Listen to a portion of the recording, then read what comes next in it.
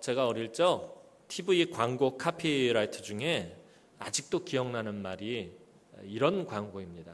순간의 선택이 10년을 좌우합니다. 그래서 멋있는 성우의 목소리로 딱 그러면은 그걸 맨날 그 뜻이 뭔지도 모르고 애들이 따라했어요. 학교 가서도 야, 순간의 선택이 10년을 좌우한다 뭐 그러면서 이렇게 막 따라하고 했던 그런 기억이 있습니다. 한번 선택을 잘하면 10년은 사용한다라는 말입니다. 그만큼 그 제품이 좋다라는 것을 그렇게 간접적으로 광고하는 것이겠지요. 또 다른 한편으로는 선택이라는 것이 그렇게 중요하다라는 것입니다. 잘 선택하면 10년을 사용하고 잘못 선택하면은 1년도 사용하지 못하는 일이 발생할 수 있다라는 것입니다. 그런데 옛날하고 저 어릴 적하고 지금하고는 이 좋은 제품이라는 개념이 좀 많이 바뀐 것 같습니다. 옛날에 좋은 제품 그러면 튼튼해서 오래 사용하는 제품을 두고 하는 말이었습니다. 가난한 시절이다 보니까 뭘 하나 사도 오래 쓰는 것이 좋은 것이었습니다. 그래서 아주 튼튼하고 잘 만들어진 제품이 좋은 제품이었습니다. 그런데 요즘은 어떤 제품을 오래 사용하느냐 이런 것보다 새로운 것에 더 가치를 둡니다. 그래서 네가 사용하고 있는 것이 신상이냐, 내가 사용하고 있는 것이 지금 신상을 사용하고 있느냐, 이게 더 중요하다라는 거예요. 신상품을 쓰고 있느냐는 거예요. 아니 이렇게 딱 봤더니 아니 아직도 옛날 거 쓰고 있어. 난 지금 새로 나온 완전 최신식을 쓰고 있는데 딱 그러면서 요즘은 좋은 제품이란 최신식, 새 것 이런 것들이 좋은 제품이란 그런 의미를 가지고 있습니다. 제품이 나온 지 뭐 6개월, 요즘은 6개월도 아니죠. 한 3, 4개월만 지나면은 이미 벌써 완전히 구식이 되고 완전히 구닥다리가 되어서 다들 새 것으로 교체하려고 합니다. 아직도 쓸만한데, 아직도 쓸 수 있는데 무슨 문제가 있는 게 아닌데 단지 디자인과 여러 가지 부분에 있어서 구형이라는 이유만으로 새 것이 나왔다라는 이유만으로 옛것을 버리고 새 것으로 교체합니다. 그러니 10년을 사용한다라는 것은 그렇게 큰 의미가 없습니다. 요즘은 그래서 순간의 선택이 10년을 좌우합니다라는 이 말의 의미가 그렇게 크게 와닿지 않습니다. 물론 저는 아시는 분들은 아시겠지만 아직도 휴대폰을 11년째 사용하고 있습니다. 눈을 씻고 찾아보기 힘든 투지폰을 저는 아직도 사용하고 있습니다. 횟수를 계산해 보니까 진짜 11년 하고 2개월을 더 쓰고 있습니다. 지금 아직도 쓸만합니다. 한번 충전하면 2박 3일 쓰고요. 전화 걸고 문자 보내는데 아무런 불편함이 없어요. 단지 주변 사람들이 불편해합니다. 카톡도 안 되고 뭐 연락도 안 되고 그래서 저한테 무슨 연락을 하려면 다시 문자를 보내야 되고 뭐 여러 가지 다른 사람들이 불편하지 전 불편한 게 하나도 없어서 계속 이거를 사용하고 있습니다. 그래서 어떤 분은 저보고 목사님 매우 이기적이다라고 그렇게 말하기도 합니다.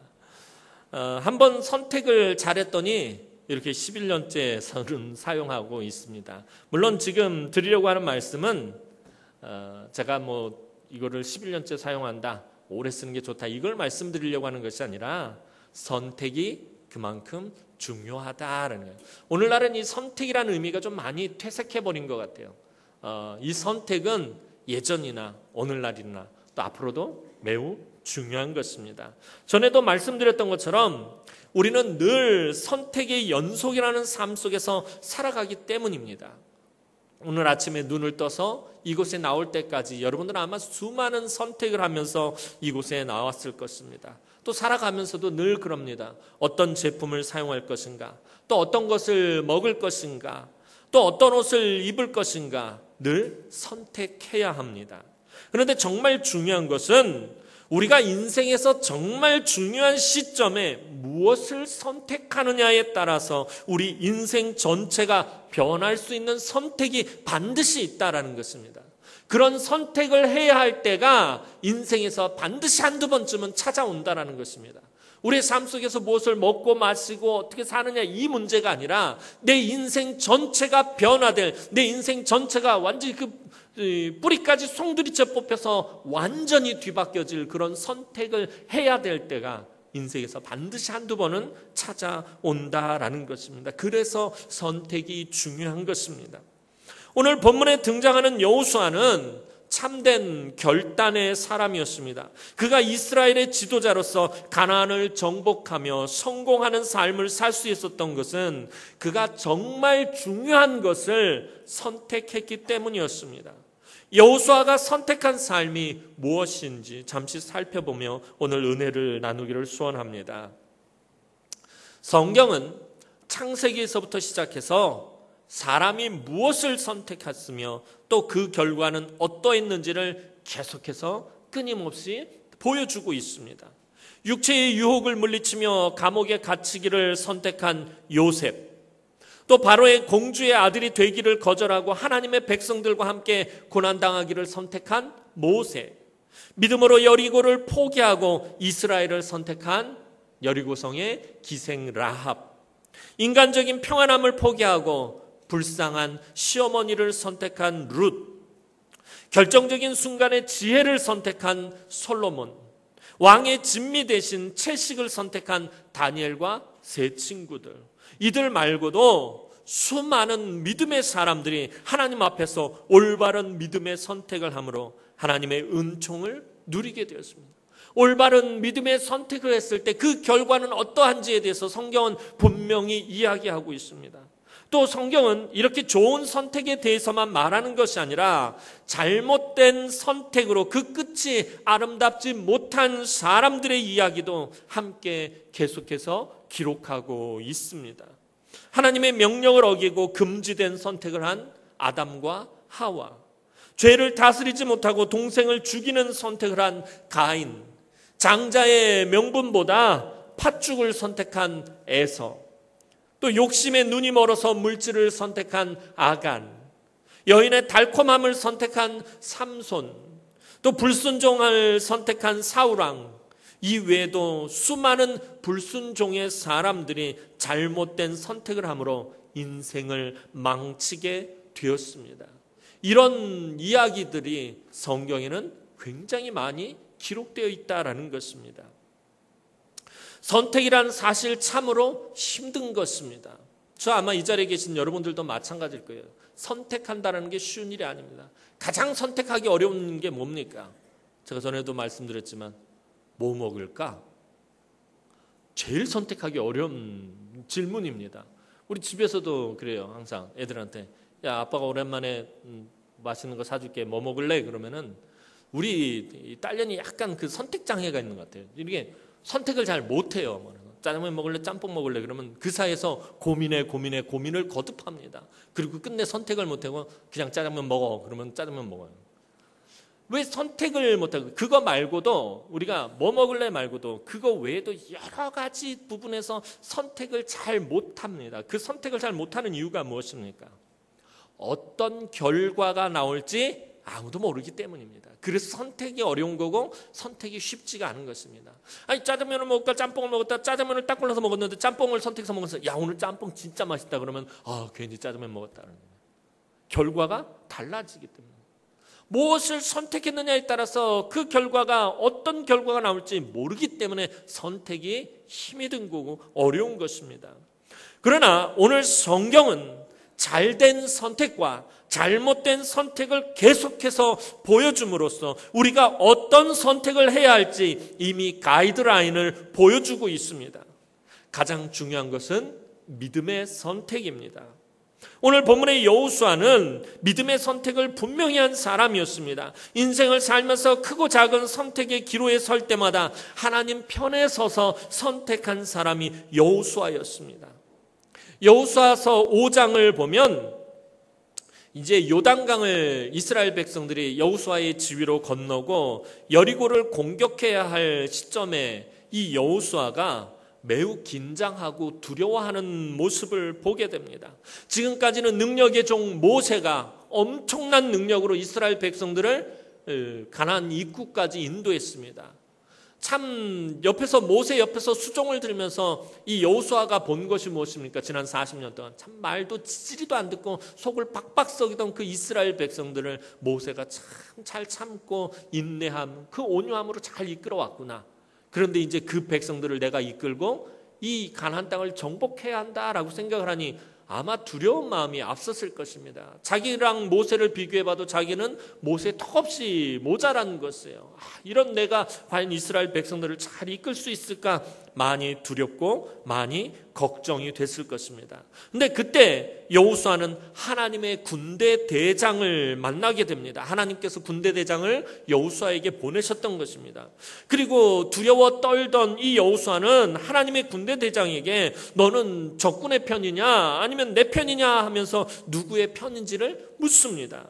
그러자 그는 자기는 하나님의 편이다라고 그렇게 대답합니다. 나는 하나님의 군대 대장이다라고 그렇게 대답을 합니다. 내 편이냐라는 여호수아의 질문에 나는 너의 편으로 너를 돕기 위해 왔다라고 말하지 않고 하나님의 군대 대장이 자기는 하나님의 편이다라고 말한 이유가 무엇입니까? 어차피 여호수아를 도와주러 왔다면은 그래 나는 내 편이다. 하나님께서 너를 도우라고 보내셨다. 이렇게 말하면 여호수아가 훨씬 더 힘이 나서 열심히 그 사명을 감당하고 두려움과 걱정을 떨쳐버렸을 텐데 그렇게 말하지 않고 이 하나님의 군대 대장은 나는 하나님의 군대 대장이다. 나는 하나님 편이다. 이렇게 말한 이유가 무엇입니까? 하나님을 자기 편으로 끌어들이려고 하면 인간적인 욕심 때문에 올바른 선택을 할 수가 없기 때문입니다. 우리가 하나님을 내 편으로 두려고 할 때는 대부분 나의 욕심을 채우려고 할 때가 많다라는 것입니다. 하나님 내 편이 되어주십시오라고 내가 하나님 앞에 요청할 때는 거의 대부분 내가 내 욕심을 채우려고 할 때가 더 많다라는 것입니다. 그래서 하나님을 어떻게 좀 이용해 볼까? 하나님의 힘을, 하나님의 능력을 내가 좀 어떻게 좀 그렇게 이용해 볼 수 있을까? 이렇게 생각할 때 우리가 하나님을 내 편이 돼 주십시오라고 요구할 때가 많다라는 것입니다. 아마 전에 한번 말씀드렸던 것 같아요. 제가 신학대학원 다닐 때 양지 캠퍼스에서 이제 있을 때 꼭 이렇게 체육대회를 합니다. 그래서 제가 우리 반 대표로 이 농구 선수를 이렇게 출전을 한 적이 있었는데 시합을 하기 전에 우리 전도사님들하고 다 모여서 오늘 이제 우리 반 제가 3반이었는데 3반 전도사님들 모여가지고서는 서로 손을 잡고 막 하나님 앞에 기도합니다. 정의로우시고 공의로우신 하나님, 우리가 이기게 해주십시오. 오늘은 이기게 해주십시오. 제발 이기게 해주십시오. 그래서 하나님 살아계심을 우리에게 나타내 주십시오. 이러고 기도를 하고 있는데 저쪽을 탁 봤더니 일반 전도사님들 똑같은 기도를 하고 있는 거예요.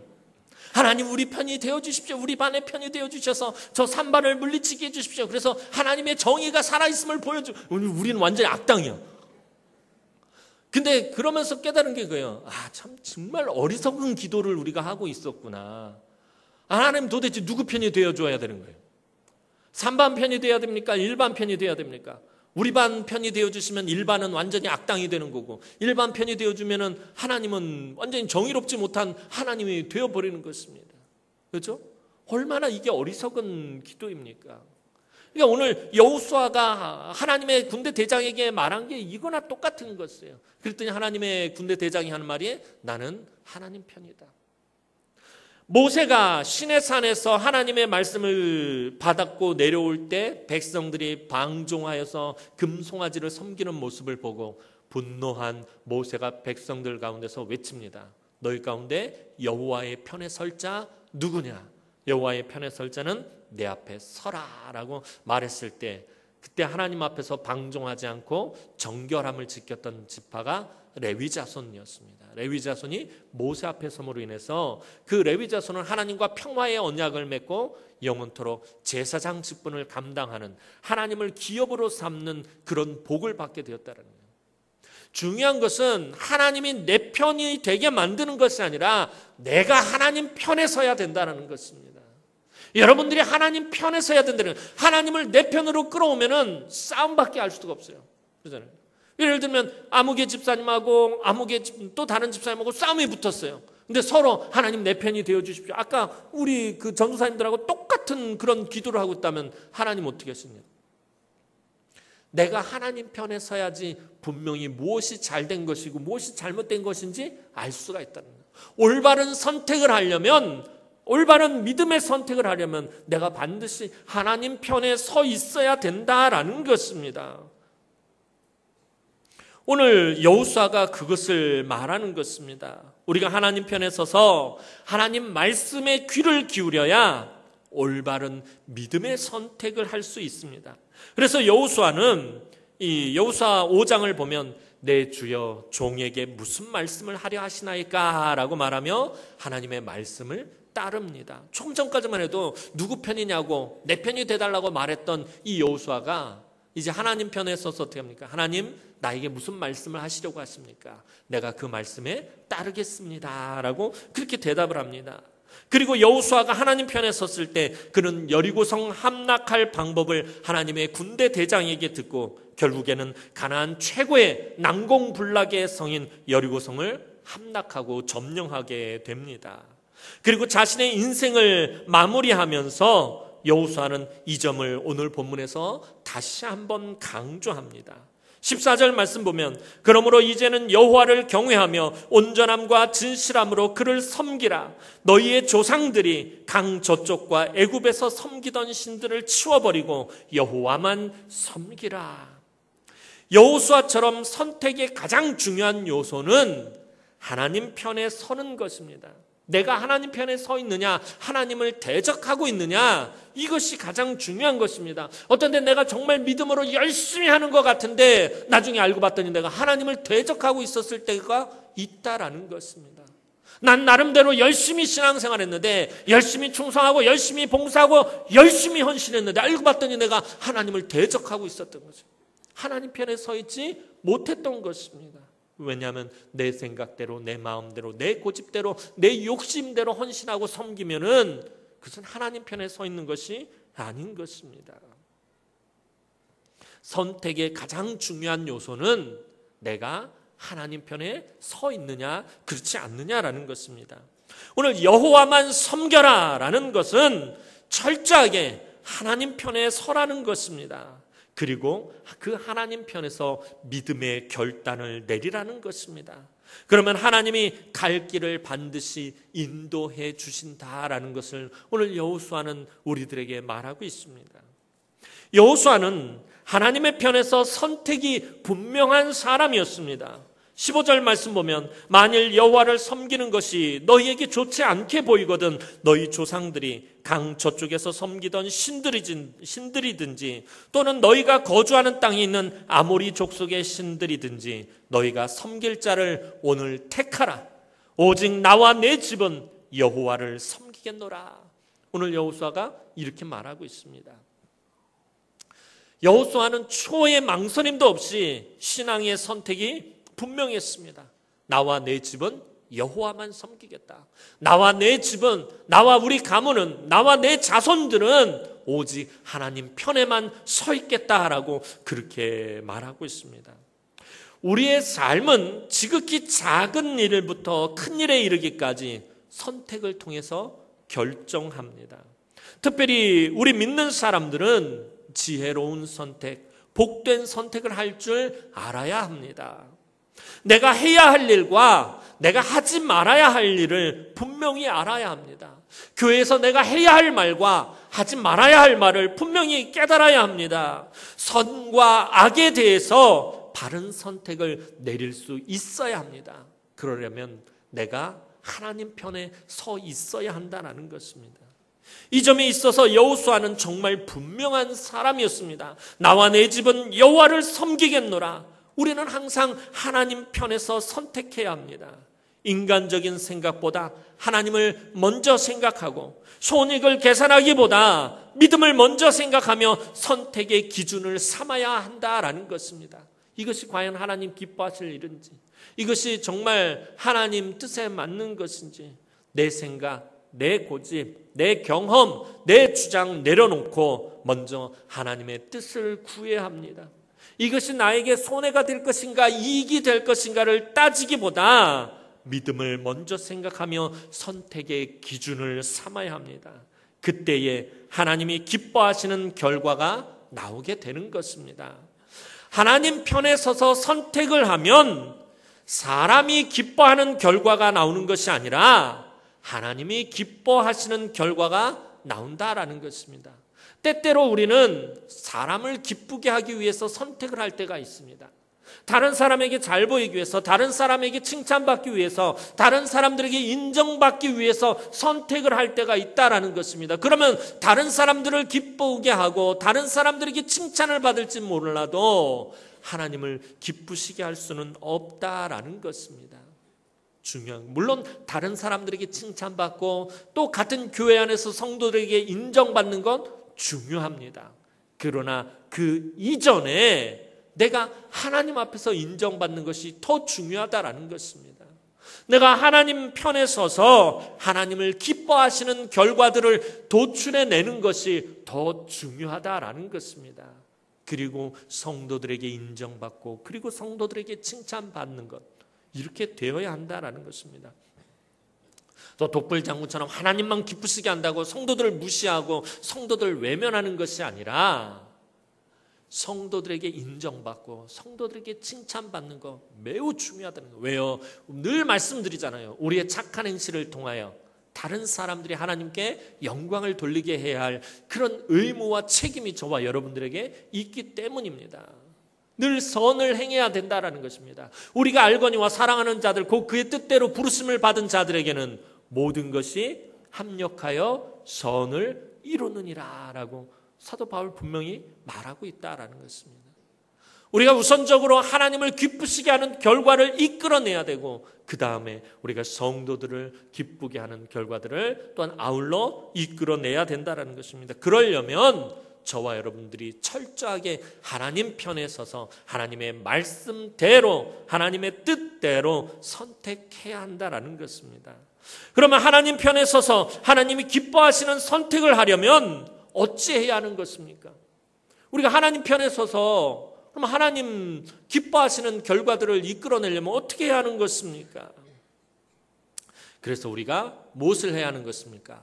말씀을 묵상해야 하는 것입니다.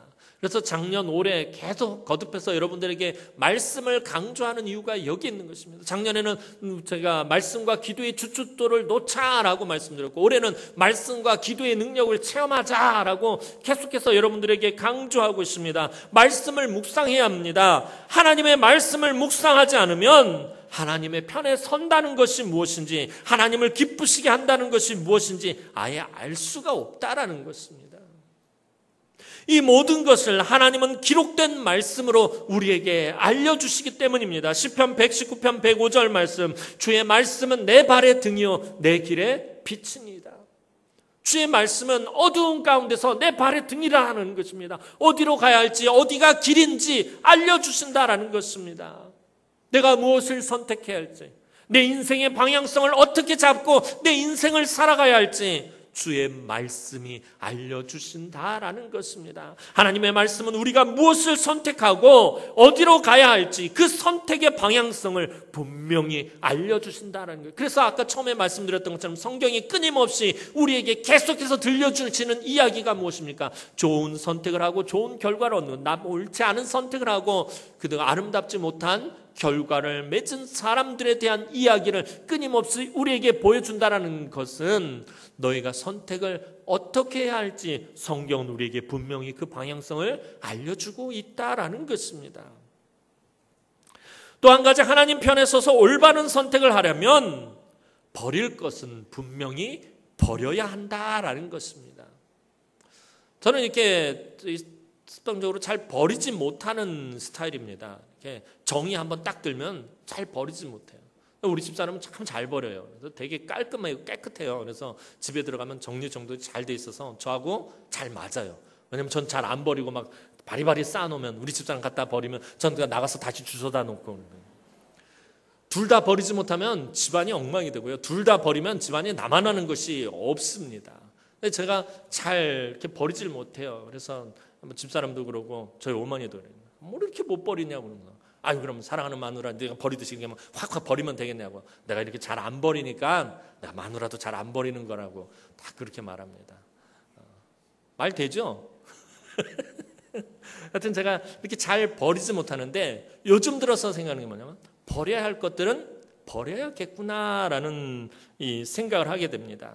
자, 14절 말씀 하반절을 보면 강 저쪽과 애굽에서 섬기던 신들을 치워버리고 라는 말씀이 있습니다. 이 구절에서 이 치워버리고 라는 말의 원전의 의미는 완전히 찍어내버린다라는 거예요. 완전히 문을 닫아버린다라는 그런 뜻을 가지고 있습니다. 이스라엘 조상들이 과거 이방 신들을 섬기던 습관을 모두 다 찍어내버리라는 것입니다. 이방 신들을 섬기던 그 악한 습관들에 대해서 문을 닫아버리라는 것입니다. 예전에 그릇되고 잘못된 행실에서 떠날 것을 말하는 것입니다. 하나님 편에 선 믿음이란 버릴 것은 과감하게 버려버리라라는 것을 말합니다. 선택의 기준이 나의 생각과 경험과 판단에 있는 것이 아니라 하나님께서 내 삶에 요청하시는 말씀에 있습니다. 따라서 그 말씀에 집중하고 주님께서 버리라고 말씀하실 때는 과감하게 찍어내 버려야 한다라는 것입니다. 내가 버리지 못하면 하나님이 찍어내 버리시기 때문입니다. 내가 버리지 않고 하나님이 찍어내 버리실 때는 고통이 수반됩니다. 그래서 고통을 당하기 전에, 내가 마음 아프기 전에 내 스스로 하나님 버리라고 할 때는 버리는 것이 지혜로운 사람입니다. 얼마 전에 제가 필요한 자료를 찾기 위해서 이사 올 때 쌓아놓은 이 박스들을 다시 열어보았습니다. 사실 4년이 지나도록, 제가 이제 이사 온 지 4년이 지났는데 4년이 지나도록 아직 풀지 않은 짐들이었습니다.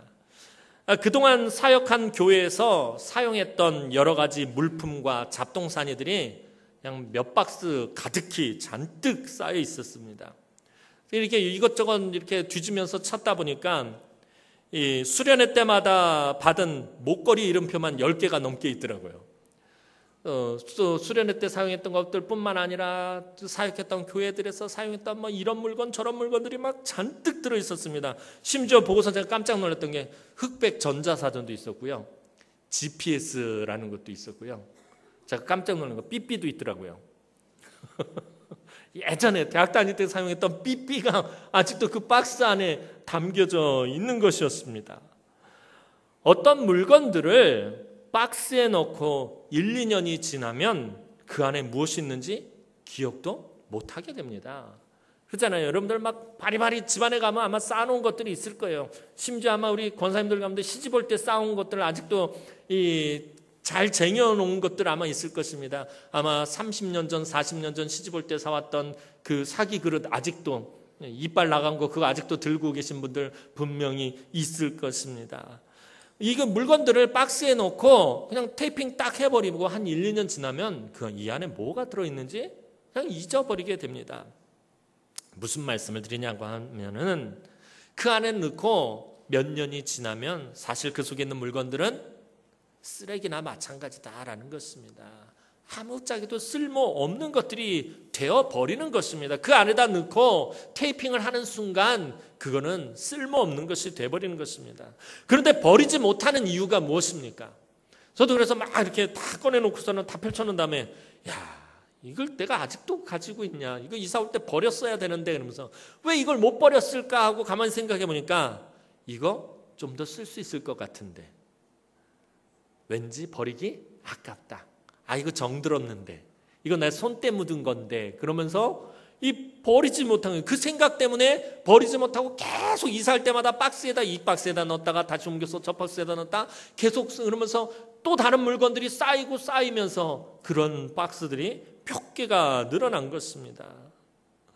그 박스 안에 있는 것들 중에는 물론 필요한 자료들이나 물건들도 있지만 대부분은 때가 지나서 사용할 수 없는 쓸모없는 것들이 대부분이었다라는 것입니다. 그래서 때로는 과감하게 버려야 합니다. 우리가 세상적인 습관이나 요소를 잘 버리지 못하는 이유도 마찬가지입니다. 우리가 그동안 세상적으로 우리 몸에 익숙해져 버려 있던, 우리 몸에 물들어 있었던 그런 습관들을 잘 버리지 못하는 이유가, 그것들을 고치지 못하는 이유가 바로 이것입니다. 세상적으로 아직은 요긴하다라는 생각과 아깝다라는 생각 때문입니다. 버려야 할 것을 버리지 못하면 결코 하나님 편에 설 수가 없다라는 것입니다. 특별히 세상적인 것들을 내가 버리지 못하고 있습니다. 내가 세상적인 습관들, 내가 세상적인 가치관과 기준들을 버리지 못하고 있다면 난 절대로 하나님 편에 설 수가 없습니다. 찍어내야 할 것을 찍어내지 못하고 잘못된 습관을 버리지 못하면, 내 눈 안에 있는 들보를 뽑아내지 못하면 믿음의 선택을 할 수가 없습니다. 오늘 여호수아는 이것을 지금 말하고 있는 것입니다. 하나님 편에 서는데 불필요한 것들, 이미 쓰레기처럼 된 것들은 과감하게 버려버리라는 것입니다. 그것을 내가 붙들고 있는 한 나는 하나님 편에 설 수 없고 나는 올바른 선택을 할 수 없다라는 것입니다. 그리고 여호수아는 이제 백성들에게 여호와만 섬길 것을 강조합니다. 14절 상반절 말씀 보면 이제는 여호와를 경외하며 온전함과 진실함으로 그를 섬기라. 이에 대한 백성들의 대답이 18절 하반절 말씀입니다. 그러므로 우리도 여호와를 섬기리니, 오늘 읽진 않았지만 21절에도 백성들이 대답합니다. 우리가 여호와를 섬기겠나이다. 여호수아는 이스라엘 백성들에게 오직 하나님만을 섬기고 그분을 경외하라고 강조합니다. 여기서 하나님만을 섬기고 경외한다라는 것은 내 마음의 중심에 하나님만을 모시는 것을 말합니다. 하나님만이 내 삶의 주인이 되신다라는 것입니다. 지난주에 말씀드린 것처럼 그리스도인이 된다라는 것이 무엇입니까? 여러분들 잊어버리셨을 줄 알고 다시 한번 말씀을 드리겠습니다. 그리스도인이 된다라는 것은 엄밀히 말해서 내 삶이 변하는 것이 아니라 무엇이 변하는 것이다? 내 삶의 주인이 변하는 것이다 라고 말씀드렸잖아요. 내 삶은 그대로예요. 똑같이 직장을 다니고 있고 똑같이 가정을 꾸리고 있고 똑같은 삶은 계속해서 반복되지만 그 삶의 주인이 바뀐다라는 거예요.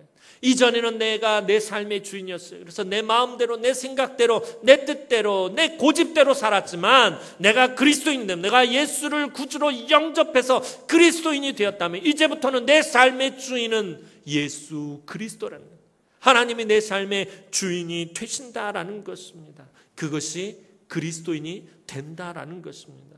내가 내 삶의 주인이 되신 하나님만을 예배하고 찬양하며 하나님만을 위해서 봉사하고 헌신하는 것입니다. 나를 위해서 예배하는 것이 아니라, 내 만족을 위해서 헌신하고 봉사하는 것이 아니라 오직 하나님만을 위해서 예배하고 하나님만을 위해서 헌신하고 봉사하는 것입니다. 내 삶의 최우선적인 목적을 세상과 내 자신에게 두는 것이 아니라 바로 하나님께 두는 것입니다. 여러분이 이 신앙을 선택한 것, 오늘 여러분들이 이 자리에 나와서 예배하는 것, 여러분들이 개신교 성도로서 살아간다는 것은 내가 세상의 여러 가지 종교 중에서 내 마음의 평안을 위해서 기독교를 선택했다라는 이런 차원의 것이 아닙니다. 세상에 많은 종교가 있는데 난 기독교가 나하고 맞아서 난 그래서 기독교를 내가 선택해서 그냥 이렇게 나와서 평안하게 예배 드리는 것입니다라는 이런 차원의 것이 아니다라는 것입니다. 내가 이 신앙을 선택했다라는 것은 내 모든 삶의 중심에 하나님을 섬기고 헌신하기로 결단했다라는 것을 의미하는 것입니다. 지난주에 말씀드린 것처럼 많은 썬데이 크리스찬들이 주일 예배 한 번 드리고 신앙의 의무를 다했으니 하나님께서 내 인생을 책임져 주고 복을 주셔야 한다라고 그렇게 생각합니다. 그러나 천만의 말씀 만만의 콩떡 절대 아닙니다. 우리가 잘못 생각하고 있을 때가 너무나도 많습니다. 신앙은 복을 받는 것이 아니라 신앙은 결단하는 것입니다. 매일매일 매 순간순간마다 삶의 중요한 선택의 그 지점에서 하나님 편에 서서 결단하는 것, 내가 비록 손해본다 할지라도, 비록 내가 피해본다 할지라도, 비록 내가 마음의 상처를 받는다 할지라도 결단하는 바로 그것이 신앙입니다. 하나님 편에 서는 것이고 버릴 것은 버려야 하는 것이고 하나님을 삶의 주인으로 인정하고 그분을 향해서 삶의 방향을 잡아가는 것, 그것이 신앙입니다. 그것이 믿음인 것입니다. 사랑하는 성도 여러분, 여호수아는 여호수아서가 시작할 때나 지금처럼 끝자락에 서 있을 때나 항상 변함없는 동일한 모습이었습니다. 처음에도 하나님 편에서 하나님이 기뻐하시는 선택을 하고 늘 결단하는 믿음으로 하나님 말씀에 순종하며 헌신하는 삶을 살았습니다. 이제 인생을 마치려고 하는 시점에서도 역시 여호수아는 변함없이 동일한 모습으로 있으며 여전히 이스라엘 백성들에게 본을 보이며 아주 강하게 권면하고 있습니다. 여호수아처럼 하나님 편에 서서 선택하고 믿음의 결단을 하는 성도가 많을수록 교회는 힘을 얻고 부흥하게 되어 있습니다. 내 자신이 먼저 하나님 편에 서서 말씀을 실천하고 내가 먼저 하나님의 말씀을 철저하게 내 삶에 적용하고 십자가에 온전히 자기 자아를 못 박으며 살 때 부흥하는 성도, 부흥하는 교회가 된다라는 것입니다. 1800년대 영국에서 능력의 말씀으로 큰 부흥을 이루었던 목사님 한 분이 계셨습니다. 바로 찰스 스펄전이라는 목사님입니다. 이 찰스 스펄전 목사님께 어느 날 한 젊은 성도가 찾아와서 이렇게 물었다고 합니다. 목사님, 저는 하나님을 바로 섬기고 싶은데 성경적으로 훌륭한 교회가 있다면 한 곳만 소개해 주십시오. 성령의 능력과 말씀의 능력으로 지금 한창 부흥의 역사를 이루어가고 있는 스펄전 목사님에게 사실 이 말이 얼마나 무례하고 괘씸한 말인지 모릅니다. 말씀의 능력이 나타나고 그 말씀대로 교회를 이끌어가고 있는 목사님을 찾아와서 자기는 성경적으로 그렇게 신앙생활하고 싶으니까 성경적으로 훌륭한 교회가 있다면 소개해달라고 그렇게 말을 한 것입니다. 그러나 스펄전 목사님은 그 사람을 꾸짖지 않고 이렇게 말했습니다. 나도 아직 그런 교회를 찾지 못했습니다. 그러니 성도님께서 열심히 찾아보시고 만약 발견하시면 나한테도 알려주십시오. 그런데 한 가지 조건이 있습니다. 성도님께서 그 교회를 찾으면 절대로 그 교회에 등록을 하시면 안 됩니다. 그러자 이 젊은 성도가 스펄전 목사님에게 되물었습니다. 목사님, 왜 그 좋은 교회에 등록을 하면 안 된다고 하는 거죠? 그러자 스펄전 목사님 이렇게 대답했다고 합니다. 당신이 등록하는 순간 그 좋은 교회는 더 이상 좋은 교회가 아니기 때문입니다. 라고 이렇게 대답했다고 합니다. 좋은 교회, 성경적인 교회를 찾는 것 중요합니다. 요즘처럼 한국 교회가 참 많이 무너진 이 시대에 좋은 교회, 성경적인 교회에서 신앙생활하는 것 아주 큰 복입니다. 정말 중요합니다. 그러나 좋은 교회, 성경적인 교회를 찾고 묻기 전에 먼저 우리 자신에게 스스로 질문해 볼 것이 반드시 있습니다. 내가 정말 좋은 성도인지, 내가 정말 성경적으로 살고 있는지, 내가 날마다 하나님 편에 서서 믿음의 결단을 하고 있는지, 내가 정말 하나님의 말씀을 내 삶에 철저히 적용하고 그 말씀 붙들고 믿음으로 살려고 애쓰고 있는지 내 자신에게 먼저 물어보시기 바랍니다. 내가 하나님 편에 서서 말씀에 따라 믿음의 결단을 하고 있다면 나는 정말 좋은 성도이고 우리 교회는 정말 좋은 교회입니다. 아니, 내가 그렇게 전적으로 살지는 못해도 그렇게 신앙생활하려고 애쓰고 노력하고 있다면, 그래서 조금씩 변해가고 있다면 저와 여러분은 여호수아와 같은 삶을 살고 있는 것입니다. 우리가 완전할 수는 없습니다. 여러분들, 이 땅 가운데서 완벽하게 성경적인 교회란 있을 수 없습니다. 불완전한 인간들이 모여 있는 곳이기 때문입니다. 완벽하게 좋은 교회란 이 땅 가운데서 있을 수 없습니다. 제가 늘 말씀드리잖아요. 교회 안에서 문제가 없다면 그게 더 이상한 교회예요. 교회 안에서 아무런 갈등이 없다면 그게 더 이상한 교회예요. 왜요? 교회는 죄인들이 모인 곳이기 때문이에요. 내가 죄인이라는 것을 인정하고 내가 죄인이라는 것을 깨달은 사람들이 모인 곳이 교회이기 때문에, 죄인들이 모여 있는 곳인데 문제가 없을 수가 없어요. 죄인들이 모인 곳인데 갈등이 없을 수가 없어요. 그러나 우리가 모여도 인간적으로 모인 것이 아니라, 우리가 비록 죄인들이 모이긴 했지만 예수의 사랑으로 모여 있기 때문에, 하나님 편에 서서 모여 있기 때문에 때로는 갈등하고 때로는 싸운다 할지라도 예수의 사랑으로 그 갈등을 풀어가고 그 싸움을 풀어가는 것입니다. 그 교회가 좋은 교회입니다. 어떤 문제가 발생했을 때 그 문제를 가지고 다른 사람을 탓하고 다른 사람에게 책임을 묻고 다른 사람을 판단하고 정죄한다면 그 교회는 좋은 교회가 아닙니다. 그러나 똑같이 싸움이 나고 다툼이 났지만 나중에 그 문제를 놓고 내 탓입니다.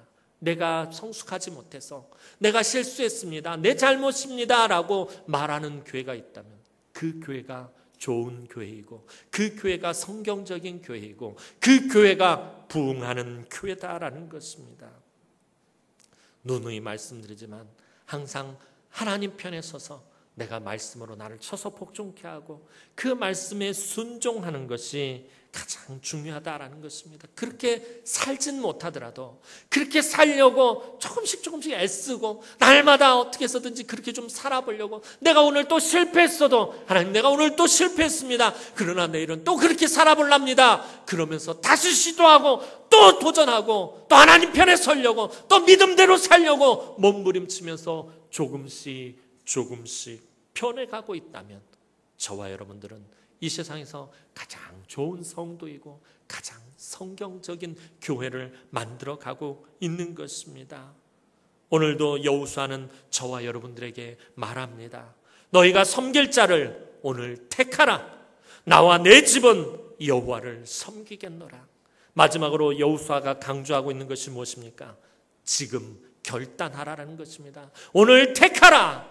지금 결단하라는 것입니다. 결단을 미루면 아무것도 할 수가 없습니다.